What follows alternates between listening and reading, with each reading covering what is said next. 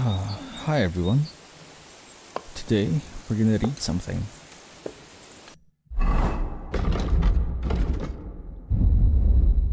Today we are going to read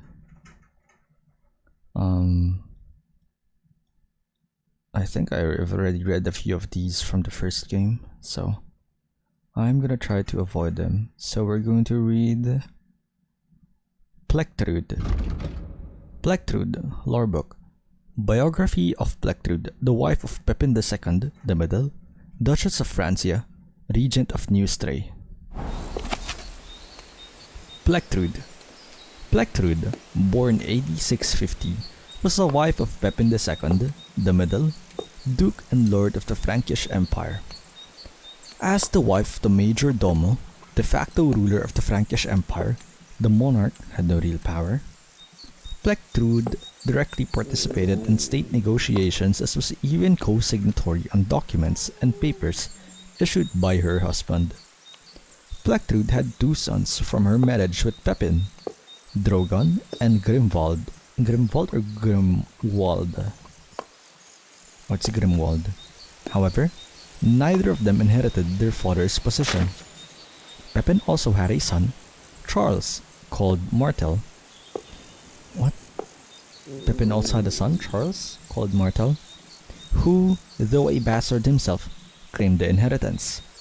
None of Plectrude's sons later survived their father, so she tried to wrest the succession for her grandson, Grimwald's son, Theudwald. After Pepin's death, she became regent of Neustria, which she intended to remain until Theudwald reached adulthood.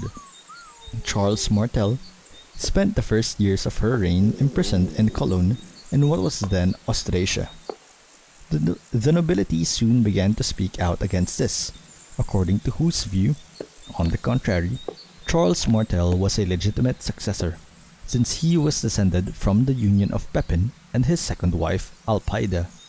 Polygamy was not considered an offense or sin at that time, and practiced quite commonly by the nobility. Thanks to the help of the nobility, Charles was released from the prison and proclaimed Lord of Austrasia.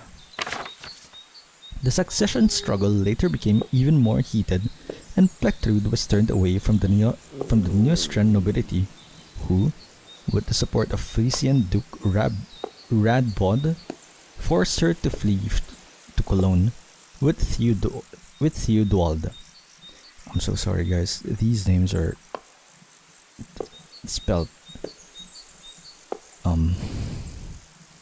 weird.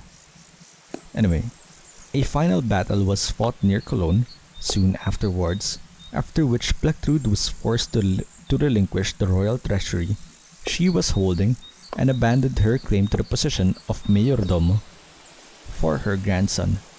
The last years of Plectrude's life were spent in the Colin Monastery, which she herself founded and where she is still laid to eternal rest.